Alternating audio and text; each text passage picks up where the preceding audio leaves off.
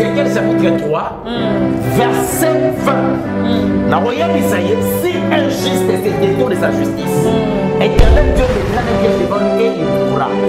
Ce qui est dans la émission, quand on a ce qui est dans la émission, c'est que nous avons la barque. Ce qui est dans la barque, la zipi, la saison de la barque. Si nous avons la période, nous avons la paix. Mais tu as fait Marcelo. Dans la sodomie. Il y a quoi permettant entre les mariés, nous avons madame Bon.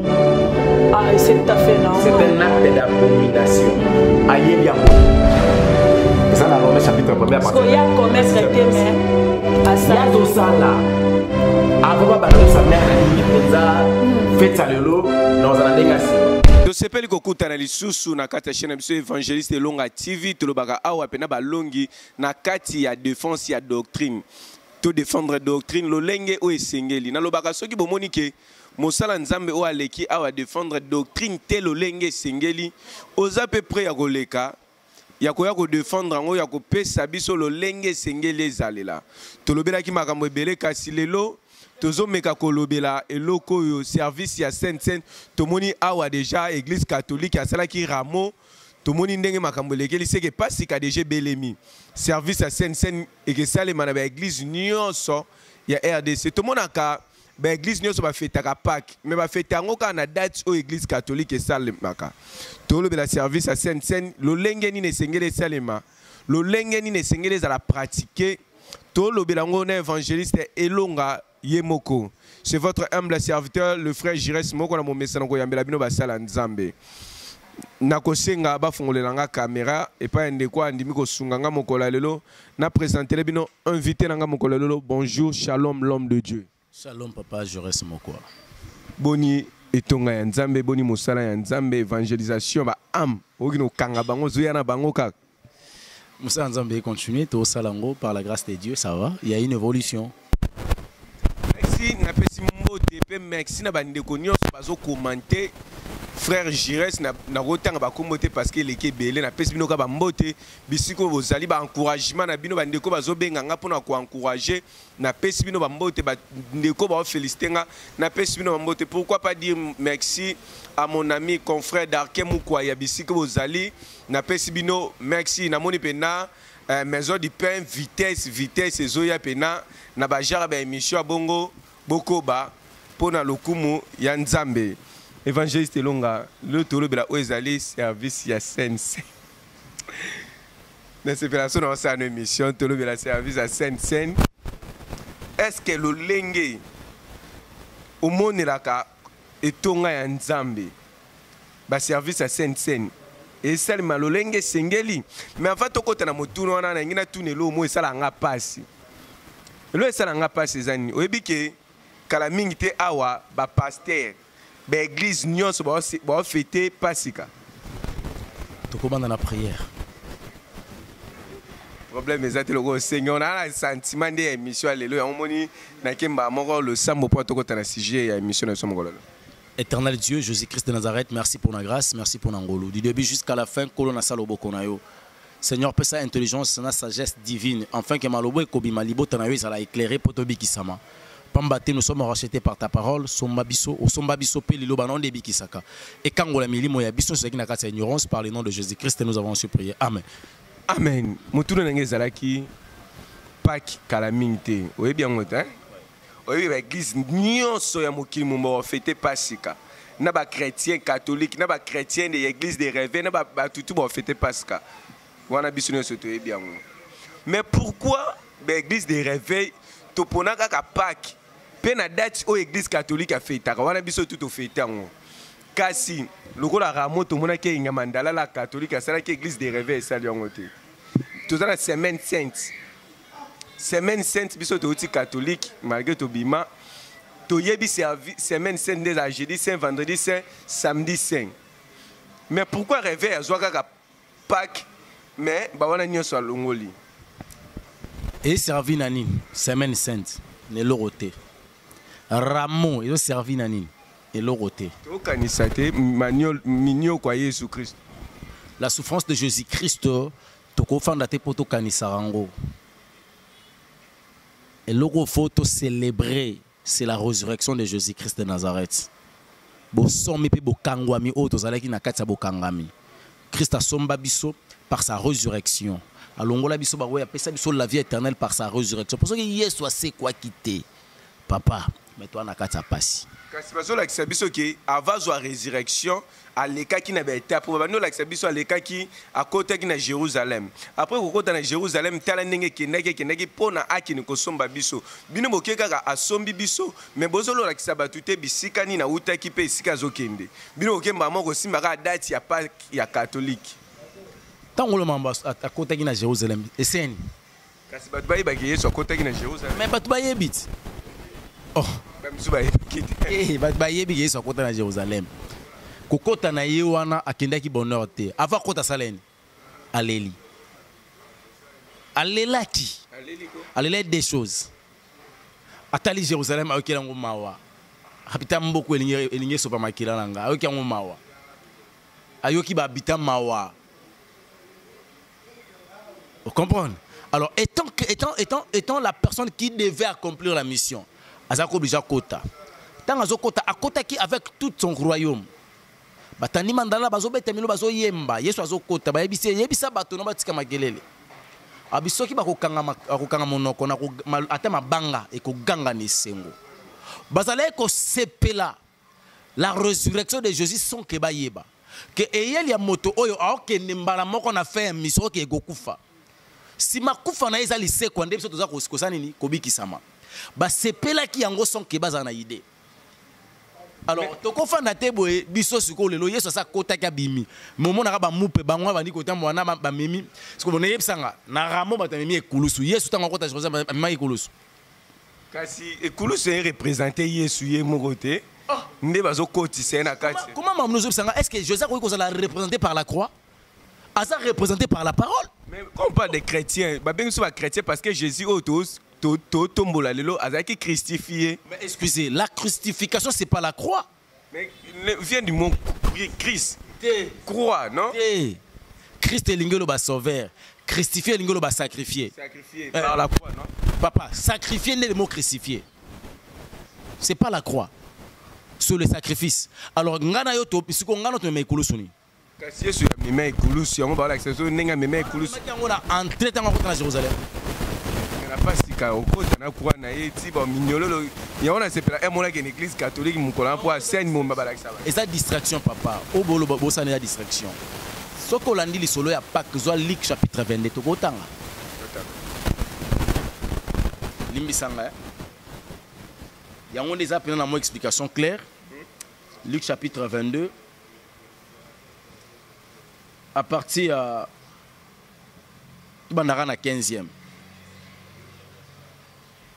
Tout dans la 12e pour toute explication tito okita na tangi na komona Yesu Christ.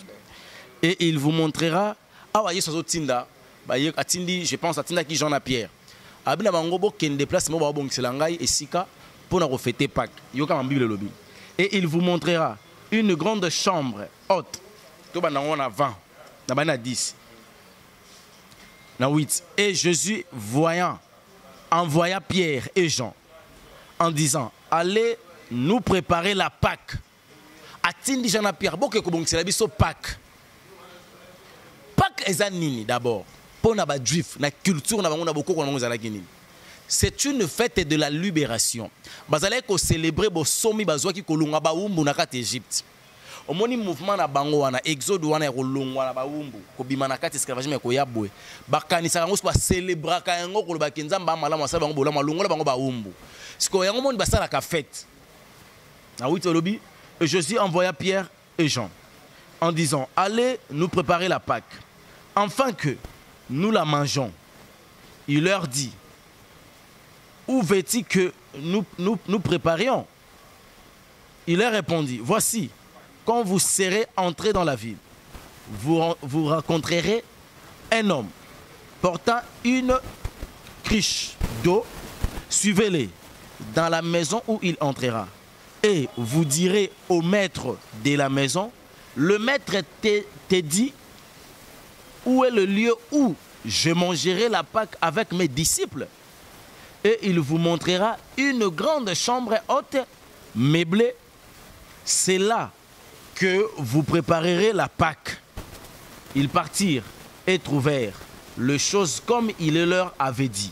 Et ils préparent la Pâque. L'heure était venue. Il s'est mis aux tables et les apôtres et lui. Awa suko ba komi moko la Pâque. Mais avant Pâque, préparation ça qui bo kende ko place oyo. Il faut célébrer Pâque oyo. Il faut respecter les coutumes na bango, ya bato ba bimaki na kati ya basala ba bimaki na kati ya boum. Tango ba komi yoka. Il leur dit: je désire vivement manger cette Pâque avec vous avant de souffrir. Yambona yoka pasi na sepeli ko bika na bino fête oyo. Fête à Pâque oyo so sepeli pour anini. Parce que ayebaki que il faut siko asala alliance. Ou bien une nouvelle alliance, il y a résurrection na ba yekoli.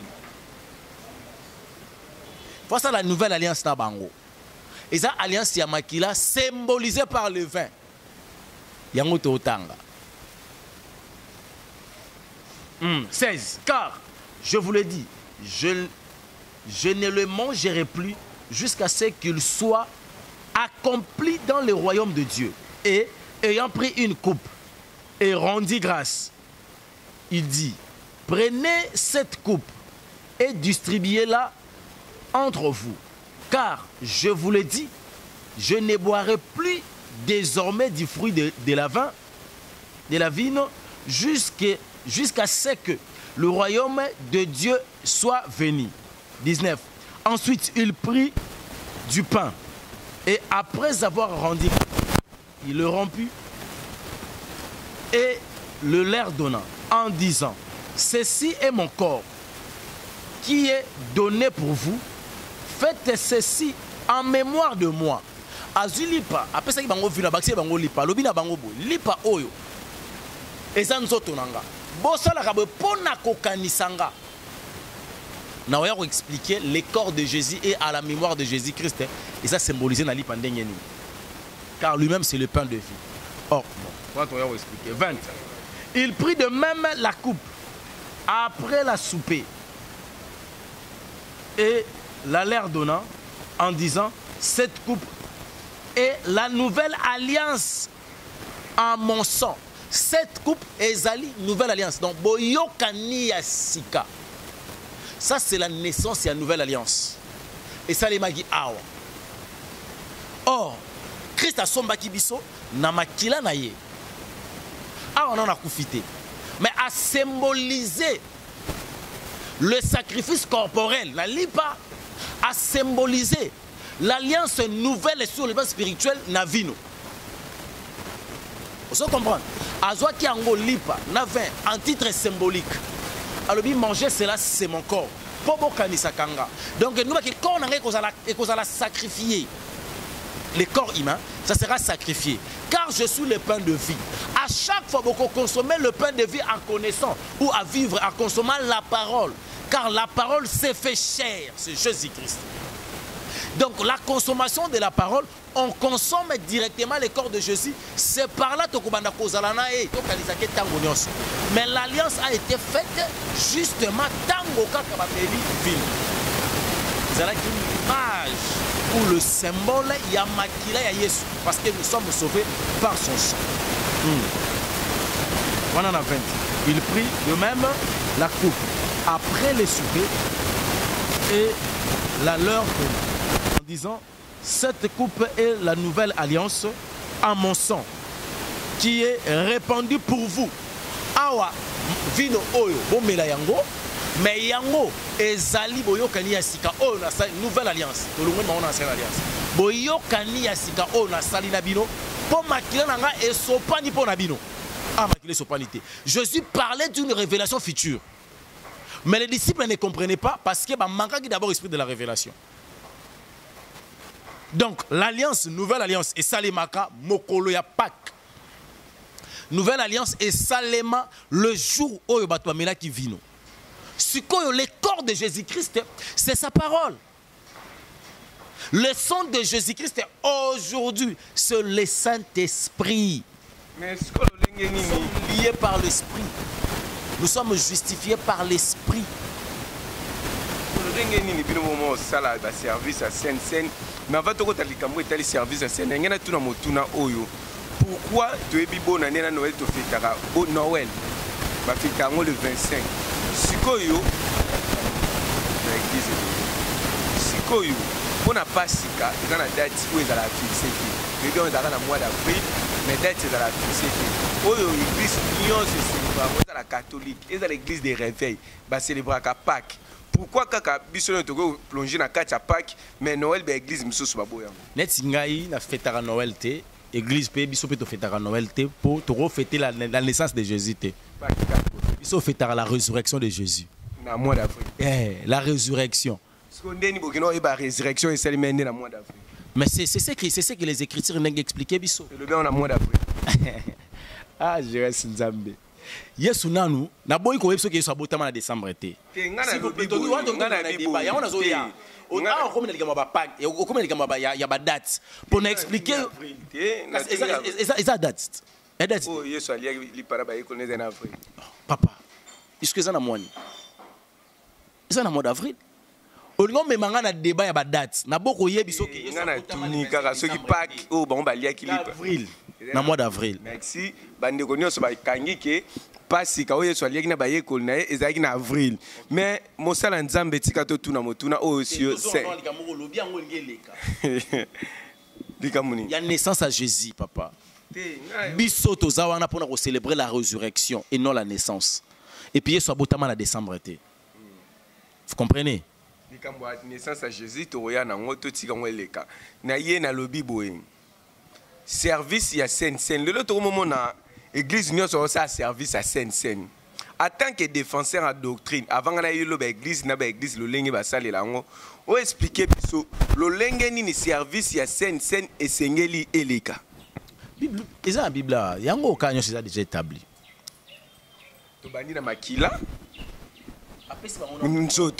Nzoto aina makila.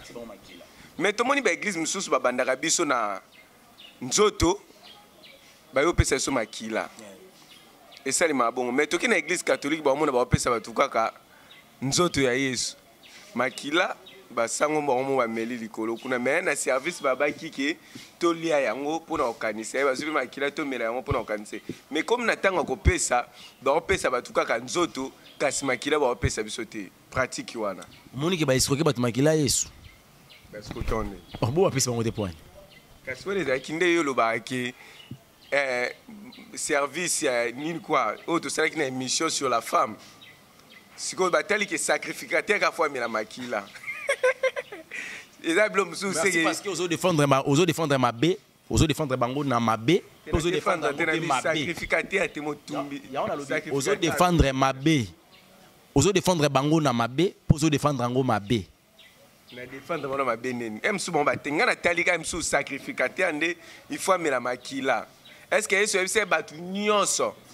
Mokili mo mela mbongo to ebena ba yekol nene bo mela ka bo pona okanisa. Siko Jésus mo azaki sacrificateur. Apesa bango te. Apesi bango. Bon bango akopesa te poani. Siko Yesu pe pourquoi basala nzambe lelo oke na église we Sainte il faut ye moko banda ko mela ngo sima pesi mais ato mona Yesu azozwa azopesa bango bo kabola. Bino bo kabola. Azui makila bozwa bo kabola. Yesu akoye komela makila na ye moko ta kolia nzoto na ye moko te faka pesa na bato. Siko ngai moto na kabola ngape fona liango. Siko bo bandaka. Bino mo représenter Yesu bo bandaka. Nazo représenter Yesu mais makila wana ngape na nango besoin. Nzoto na nango besoin. Eza yanga te pona pesa bango bango amela po bakanisa anga. Non non.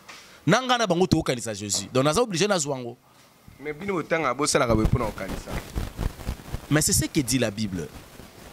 Awa tozo kanisa nini? Tokanisa Yesu na angle nini? C'est ça le problème. Comme il faut bolobaka teke o ezali nzoto ya Yesu. Mo kene kuna o kaka o ezali nzoto yanga. Bo comme ça ngon nzoto na bino ba pasteur bo pesi ba tout ezala nzoto. Ya bango so asala bongo je suis désolé. Yo lo bani. Oh mais c'est le corps de Jésus-Christ. Et le sang de Jésus. Tozo kanisa nini siko. Problème e fandi wapi? Bo kanisa kanga. Ah kolo eso on sa ba yekoli bo kanisa nga ba kanisa na nini? C'est là où le problème. Est-ce que kanisa ni bo kanisa évangéliste lo? Aseni. Na uko kota na niveau tangu tobeta lisolo nzambe ko kota ko changa te pour kanisa Yesu na nini? esenga nini esengi tant tofete parce que eloko nini faut tokanisa yesu minyolo la yesu bapasi ayokaki tokanisa na bisengo ayokaki na mokili tokanisa yesu nani. Il faut kokanisa le travail accompli par Jésus-Christ pour tosakana na royaume na été. Et c'est là qui met sa fierté. Ce n'est pas quelque chose de facile à boire et à avaler. Alors, tango, ba ye koli ba lié ba meli, makila ya Yesu, ba lenzo tonaye, ba sali boyokani asika. Et lingelo ba ke biso to sani to Rolanda yo. Mais awa mwana libebe azalaki. Kolo apesa ki pe lembo ya jara mwana libebi. Mettons un peu ces lembo ya jara mwana libebi to mona pe azalaki wana pa zoyoka. Skolo ni ezanga ki epona yeba, winde so ezenga mukola na ngena tel bona sanitaire. Mais pourquoi y a-t-il non tira liboko na sani pe à ça qu'on rendre compte que ngani na tel liboko na Yesu sani. Non yebisa yo soki ezalaki yo ngote ka Jésus. Ngai na lobaka Judas azwa ber. Parce que Yesu faki ka bateka e. Parce que le quoi Judas a boté na semence ali felo. Azalaki prédestiné pour l'enfer. Fallait ça boté na semence. Oh, il y a prédestination. Tu vas boté na prédestination il fait. Oui. Et na bato attendez il faut qu'il felo. Depuis otambola mosala nzambe mona on déjà boé destination les gars. Wana penza mystère mo nzambe monde ayebi abombela ngo bato. Évangéliste Longa tika to vana kana makambo ya Sainte Seine. Est-ce que ça n'a pas tenu ou est approprié pour un service à Sainte Seine? Exacté. Exacté le lingue. Exacté Jirez. Teniani. Mais tout le monde a un service à Sainte Seine. Église mon mabola ta pembe. Mutu muso azana ba tenu no apesa répondre à service à Sainte Seine. Ndeni o sabiso que service à Sainte tout le monde a Bethel ba tutu ba la ta pembe ba église ebele pe tout le monde ba la ta pembe na service à Sainte Seine. Je soko lati pembe moté mes amundo saini. Ils ont le droit de nganga misilo ba kota mosquée ba longoli ma papa ba longoli ma somuté. Oh, voilà on me contredit ba tu vas au service à Sainte Seine. On est à distraction. On est à distraction, ils ont ba impression, on ngola ça bateau. Le problème à Sainte-Sainte, donc si tu as un problème avec ton frère, allez arranger. Si tu as un problème, je m'efforce d'avoir constamment une conscience sans reproche devant Dieu et devant les hommes. Vous comprenez? Alors, il faut comme à un niveau, pour oya kolia communio, oya kolia Sainte-Sainte, il faut obongisa. Yonan Zambé, non, non, c'est pas ça. Le tennis exigé pour la scène et le corps de gloire. On est aventure. On a ma distraction la philosophie n'a pas ça n'a rien à voir avec mon Zambé. Évangéliste Longa tozalaka na kati ya Sainte-Seine. Vino o esengele melama na service à Sainte-Seine wana vino un peu de vin. Vino wana esengele za la ndengeni. Vin sans alcool. Vin sans alcool. Boso mutazana amoni sans alcool te mesengele service à Sainte-Seine salema arosala ta moi vino et alcool te. Te. Na mon église mo pena vino et alcool benetikali moi paquet mo mbapera. Pasteur pas du vino, on a qui mon passé sans nous. Azasula. Azasula neni ne da vino parce que Yesu a ici ba yeko ne bokangisa mukolo ana bimisa ki mapa na mbisa bokangisa ta mote tikala. Mosala nzamba moni ke mapa tikala kangisa liango nyonso zive 20 villa mela on peut nyonso sirisine. Azamu pagano papa. Amu pagano. Ebi so comme na niveau omoni mosa nzambe alinga vino. Ils ont l'alcool. Et un de comment ça met la bonne ouais. Amela masangate à quelle église papa c'est parce qu'à joie baptême accueil. Amélie. Or ils ont l'alcool et ça là est vertige dans niveau moins possible. À langue. Ce que église est langue ici moto. Or ce moto check alcool en zoto. Tant à tout faire Saint-Esprit. Attristé. Un peu de vin. Un peu de vin, oui, un peu de vin. Un peu d'alcool. Alcool, c'est alcool, moi, mouquette. Vous savez, alcool à l'époque, si le logo d'alcool est acquis, bah, ce qu'on a besoin d'alcool. Timothée souffrait de l'estomac. Ce qui motaza na estomac et ça les passe, ça signifie motema estomac les ayagozoka. N'est pas la ébicier, tu prends un peu d'alcool pour na estomac. Donc bateau a bien estomac va mettre moi alcool mouké. Té parce que ça n'a pas qui ils allaient approprier l'élo à rekomela parce qu'il n'est pas quoi qui c'est ça là qui n'est pas l'élo té. Kasi biso na kondi mananzela ya Yesu masi ya Paul déjà bino za ba imitateur Paul ndenga za ya Yesu. So Paul habite bino kanga maka moi ça té ate Paul aloba ki so na zuna Paul a bien peu d'alcool. Na meri moi vino mouké ma beza. Je reste. Oh mais ma biso na débat ya bato kwiti. Ya ba soulard. Tous les soulards amènent un peu d'alcool pour l'estomac. Tout. Amela masanga pour lingi masanga. Amela masanga parce que ba pesa ya mvutuma ya masanga qui faut réussir na vite. Soka zumbongo ba nokena masanga. Or masanga elengi nango za la musique, elenga musique na masanga senga mwasi. Suka nango l'impudicité. Par rapport à motuna moko tunaki, na répondre yo conformément à la parole de l'Éternel dans 1 Corinthiens chapitre 11 à partir du 24e verset. Natanga na kombo na Yesu. Amen. Et après avoir rendu grâce, le rompre et dit, ceci est mon corps, qui est rompu pour vous. Non, Kitatine à 26. Faites ceci à ma mémoire de moi. De même, après avoir soupé, il prit la coupe et dit, cette coupe est la nouvelle alliance. En mon sang, faites ceci en ma mémoire de moi toutes les fois que vous avez à boire. Car toutes les fois que vous mangez ces pains et que vous buvez cette coupe, vous annoncez la mort du Seigneur jusqu'à ce qu'il y revienne. Jusqu'à ce qu'il vienne. Awa, Bible est claire. Tango nyoso tozolia lipa, ozali corps ya Yesu, toza komela vino, tozali ko annoncer sa mort. Or, la mort de Jésus, il a fallu qu'elle accomplie pour que le péché en nous écouffa. Tant que Christ a reçu pour bisoto c'est quoi? Il y a un lobby bisoto soit la libération dans la résurrection de Jésus-Christ. Merci Tomo qui est na souka émission na biso. Kasi lo lenge ni komaka pratique moko chaque avril photo célébraka. Mais moi mais lobby à chaque fois pour ça la kaboé. Ezo kanisa. Ce que bino bo ponika avril pour na kanisa kai ponani. Que pratique auto c'est ça pratique à judaïsme était ba yuda ba célébrer ka Pâques pour na Jésus té ba célébrer ka Pâques ya kobima na bango na Égypte ba longe ba umbu leur libération kolongwa ba umbu Égypte ba comme isko ba homme libre ne marche wana ba ba sala ka fête wana parce que biso to sala ka fête ya kolongwa ba umbu ya Satan na ya lisumu par la mort et la résurrection de Christ. Merci évangéliste Longa, nous sommes arrivés à la fin de notre émission. Malgré répondre à qui comment ça s'appelle lavage du corps, bon sur la paix banzoto, to komi na suka émission na biso dernier mot na yo ezanini pour na likambo etali service à Pâques ainsi que numéro de téléphone. Dernier mot nga fona sur verset biblique.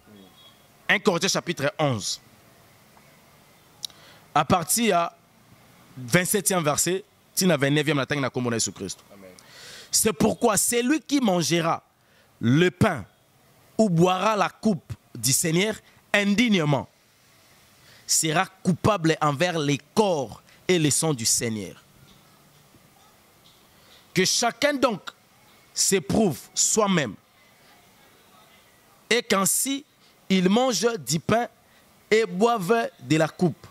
Car celui qui mange et boit sans discerner les corps du Seigneur mange et boit un jugement contre lui-même. La parole du Seigneur. Amen. Tango bo lesa moto nzoto wa Yesu. Boza komelisa moto makila ya Yesu. Soka yebite c'est quoi le corps de Jésus et le sang de Jésus. Bo rendre moto na bo koti na kati ya jugement contre yemoko. Moto o ali ameli indignement, il n'est pas digne de manger cela. En moto comme les moto oyo azana intimité, la personne qui vit dans l'intimité avec Jésus, il a la fraternité avec les hommes. Vous n'avez pas pratiqué la condition pour nous lier. Nani ndefalia. Nani. A moto oyo azana intimité, azana rata sanctification.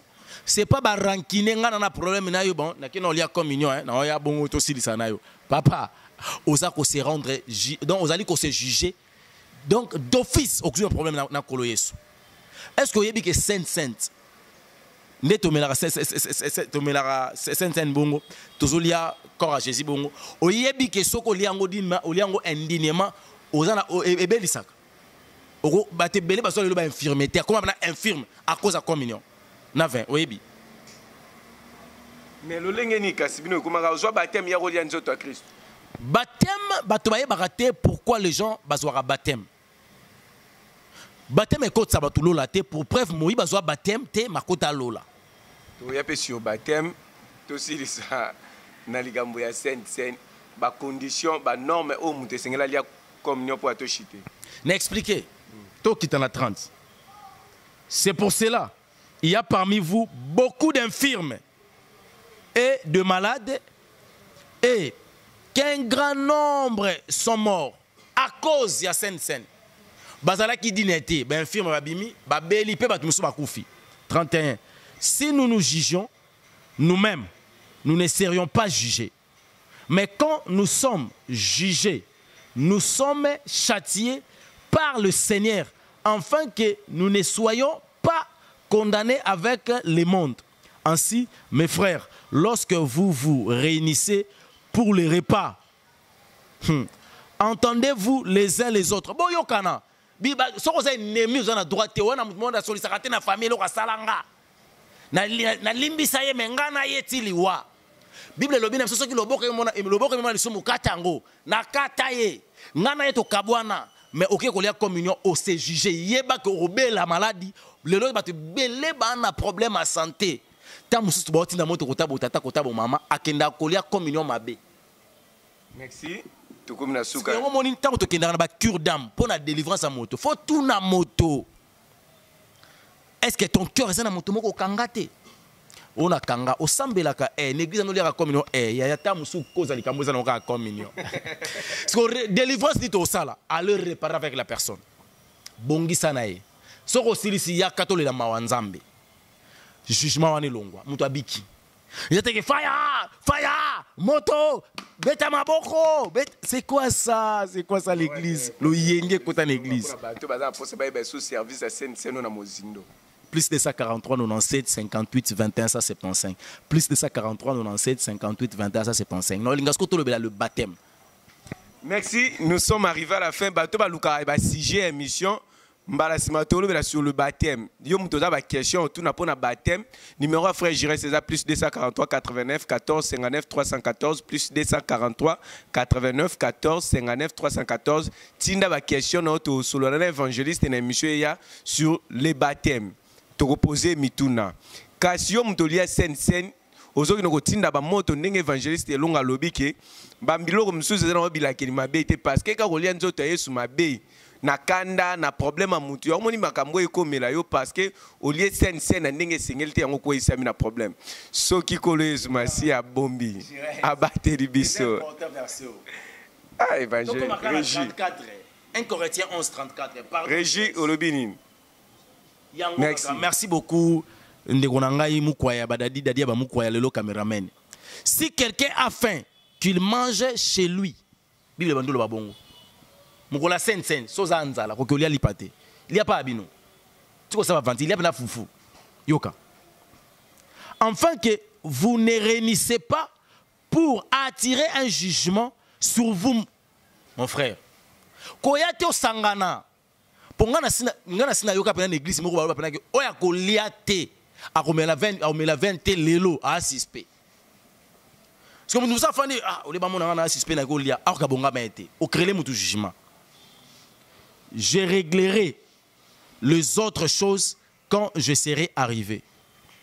La parole du Seigneur. Merci, nous sommes arrivés à la fin de notre émission. Ce que Yesu Masia a bombi a battu biso. Yo mutozana posa mituna na kati ya service à scène numéro évangéliste César au benge soki pona ngai na tunela o mituna oko contacter nga numéro na pesa wana o benga pona komisa ba question na bino kolo Yesu Masia abomba pe abatela biso. Ciao.